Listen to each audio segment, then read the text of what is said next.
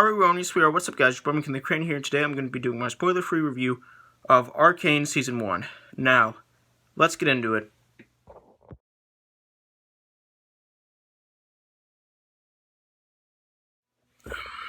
Anyway, so I finished this series a little over 2 weeks ago. I started it back in late November, and then I finished it in late December. And I really enjoyed it. This is a League of Legends TV series. I don't know if it's canon to the game or not. I think it is. I think it's canon to the game. I'm pretty sure it's canon to the League of Legends game. I had never... Had I played... I don't know if I had actually played League of Legends before I saw some of the episodes of Arcane, because I downloaded it and then I clicked on... I can't remember. Whether or not I had played the game before I started watching Arcane, I was familiar with it, and everybody's seen those ads on YouTube that, those ads for League of Legends, the ones that are all up in your face, just like, hey, play League of Legends, and then they say something witty. The cartoon dude says in the commercial say something witty, and then you're just like, oh, that was kind of funny. Whatever. I've been getting those ads for years. So I first heard about this show. Well, I didn't really hear about it. I kind of just discovered it. I kept getting ads for Arcane on YouTube, and then I follow IGN, right? And then I'm just, scrolling on IGN's page. I'm just scrolling on my homepage. That's what I meant.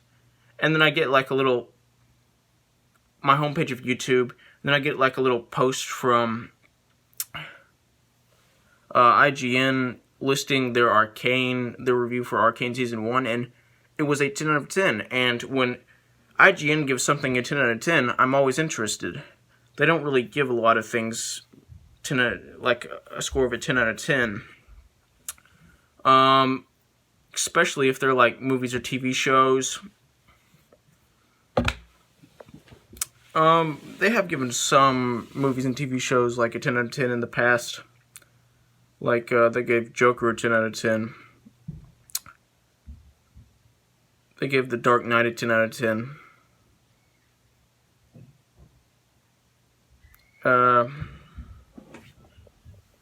So I was just I need to watch this show. And so I watched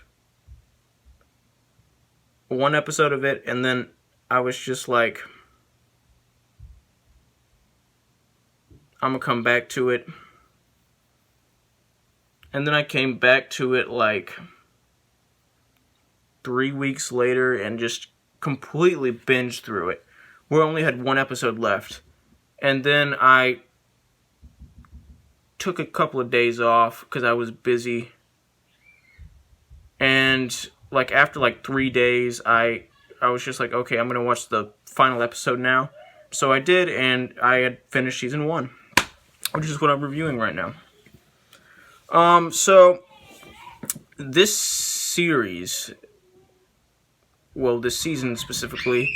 Sorry about that. I'm sorry about the background noise. Sorry about that. Just ignore that. I'm gonna get back on my Arcane review.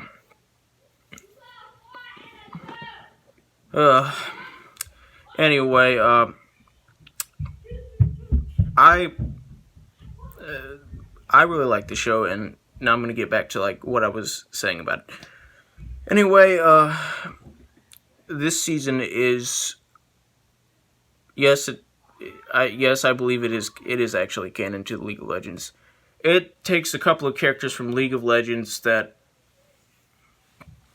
nobody really weren't exactly household names.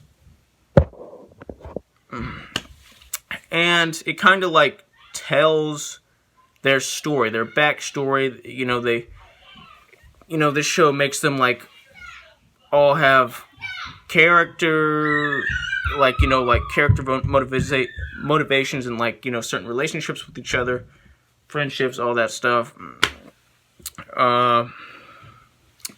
It kind of like puts them all into this world and kind of lets you see their origin story, and kind of just lets you see how these characters start at the beginning of the season and how they end at the end of the season. Like, the season just kind of makes you see, not just kind of, this season makes you see how these characters change at the beginning of the show, like, to the end of the show, by the end of the show, which is great, and is really what makes the show really compelling. The main character of this show is named Vi, who's voiced by Haley Steinfeld. And she has a sister named Powder. And in this show, something happens that kind of separates them. I'm not going to say what, because this is a spoiler-free review. But after that, time passes and things change. And that's just not all that's going on in the season. This takes place in like a dystopian, like, cyberpunk. Not exactly cyberpunk. Yeah, not exactly cyber. What's that word I'm thinking of? It's like Steam World, steampunk. I think it was one of those. It's one of those kind of dystopian worlds where, like, everything is like relying on like technology and stuff. And then all of a sudden, like, a certain someone kind of starts kind of using magic as a form of energy to power the city and to do good works in the city. I'm not going to say who. Mainly because I can't remember the name of this character. But I will tell you that he plays a big role in this series and in this season. I cannot remember his name. And the reason why he even came like upon magic in the first place is due to an incident in his childhood, which I'm not going to get into like very much. So he introduces magic into this city, into this world, this fictional world that's highly dependent on technology. And, as this happens, good things start to happen and bad things start to happen. And this doesn't just affect him and the people he knows. This, like, everything that happens regarding to, like, every single character in this show has an effect on, like, every single other character in the show, even the ones that they don't know about, which is part of what makes this series so great. So yeah, all the magic stuff, like, has an effect on the other characters in the show, even when, like, they're not directly in contact with it or using it. And it leads to a lot of tragedy and good, and good, like, good comes out of it. A lot of good comes out of it, which I think is great. I really enjoyed the show. Part of what made the show so great was its animation, especially during the action scenes.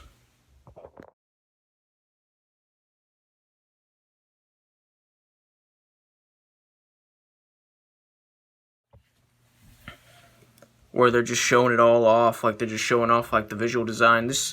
I believe that this season took 6 years to make. So, like 6 years spent well, in my opinion. Part of what makes the show so great is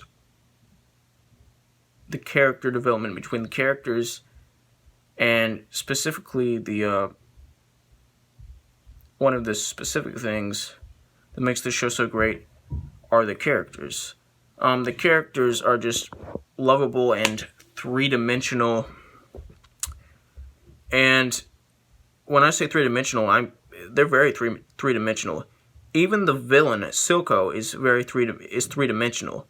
Like, you can actually tell that he's an actual human being who, he's not a complete sociopath. The dude's a psychopath, but like, he has, even though he's a villain, there are moments where you're just like, this dude's showing some humanity, like, I don't know what that was.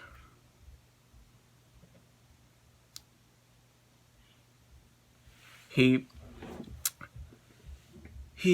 has understandable motivations. Well, some of his motivations are understandable. Others are just, no. And intentionally so. But he has some, what I'm saying is he does show some humility and some humanity throughout the series, and we get some of that is shown during his backstory, some of that is just shown as we go along. He's kind of a sympathetic villain.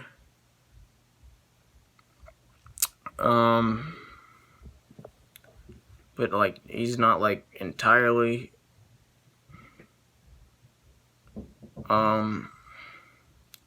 What I'm trying to say is the characters in here are very three-dimensional. Especially Silco, in my opinion. But all the other characters are also very three-dimensional. Vi and Powder are very three-dimensional characters.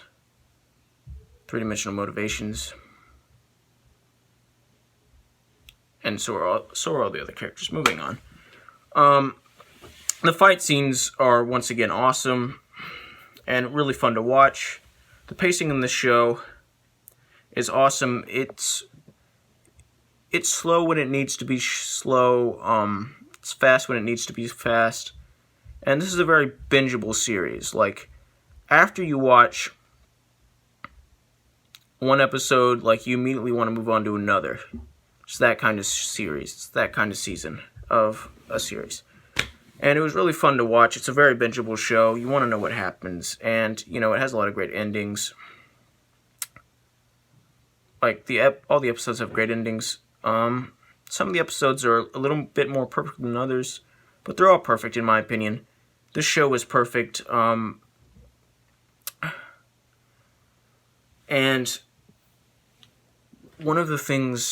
another one of the things that makes this show, well, the season specifically of this show, so perfect is the dynamic, just the whole dynamic of this show. The whole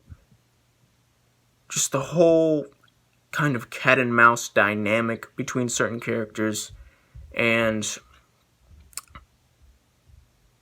just the constant change in story, if that makes sense. This season has a lot of twists and turns in it, and a lot of changes, like character changes and just story changes. Like, a lot of things go in directions that you wouldn't expect them to go, but in a good way, of course. Just part of what makes this show so great. And if you haven't seen this show yet, I'm pretty sure you'll like it. Unless you're not a fan of serious shows at all. Just serious stuff at all. You don't have to be a League of Legends fan to watch this show. And I'm serious. You don't have to be a League of Legends fan at all. You can hate League of Legends and still like Arcane. It's possible. There are people on the internet who like Arcane but don't like League of Legends. It's a thing. You can hate League of Legends and like Arcane. It's not impossible. If you're into sci-fi and fantasy, definitely check this one out. If you're into great shows in general, definitely check this one out. If you're into adult cartoons, specifically action ones, check this out.